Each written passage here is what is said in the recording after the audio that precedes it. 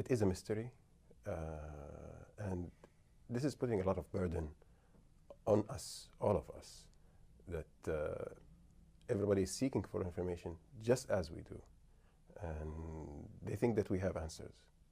Unfortunately, we don't.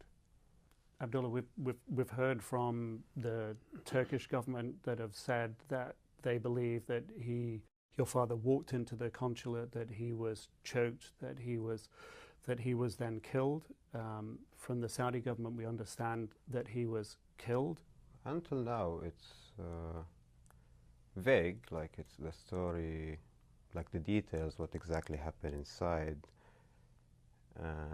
As you know, how is the media, Twitter, TV stations, everybody's telling a different story. And for me, I'm trying to simplify it as much as possible, that he died, and as simple as that.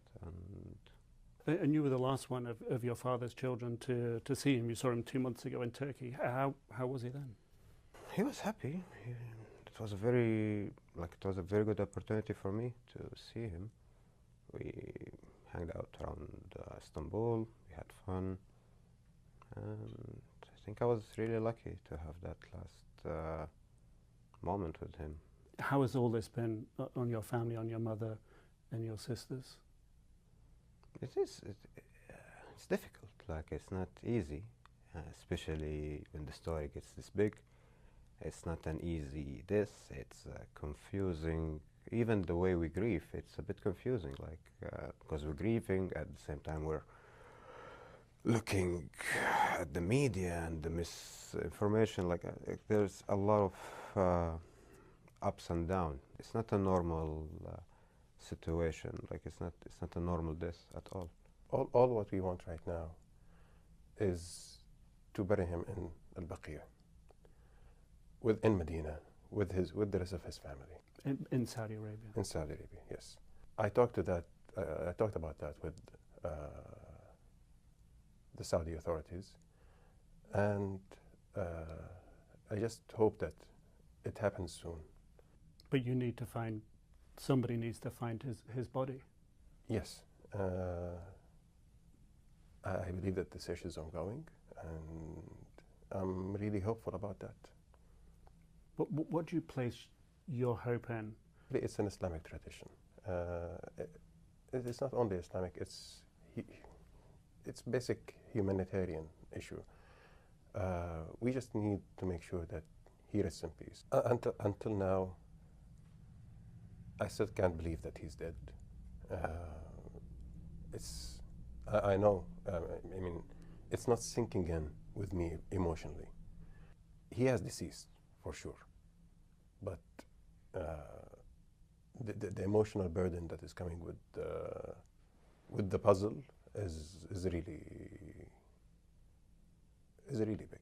When you went into your father's apartment here in the United States, you discovered something that made you realize just how important his grandchildren were to him.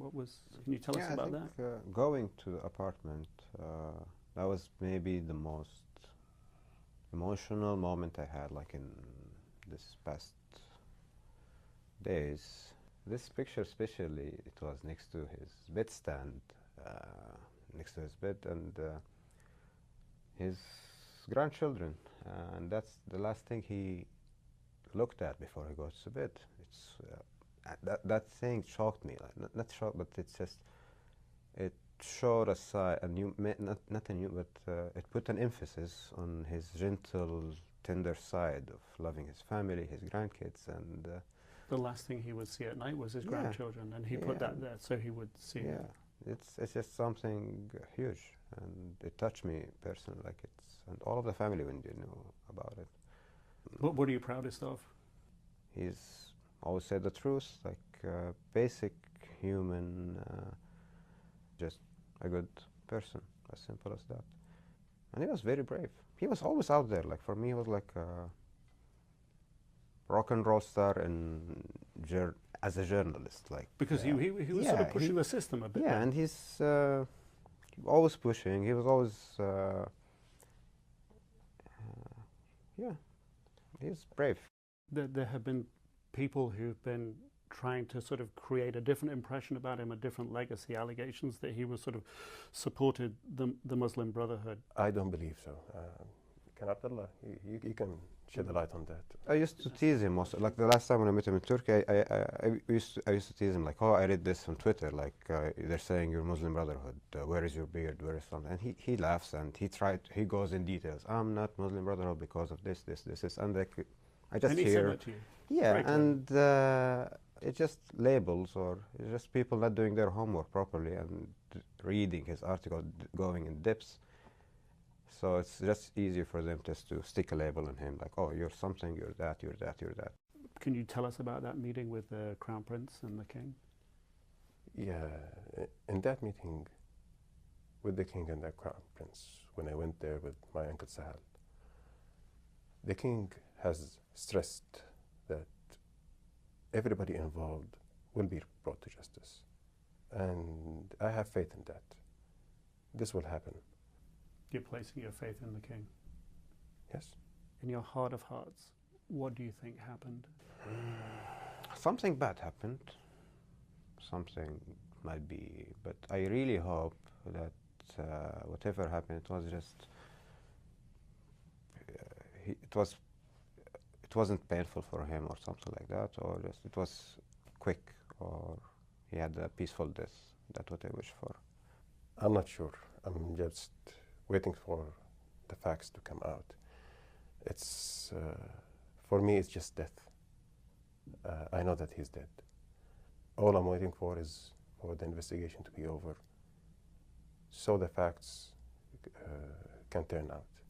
How do you think your father would want to be remembered? As a moderate man who has common values with everyone, genuine and honest. A man who loved his country, who believed so much in it and its potential. Jamal was never a dissident. He believed in the monarchy, that it is the thing that is keeping the country together. And he believed in the transformation that it is going through. And that's how he should be remembered.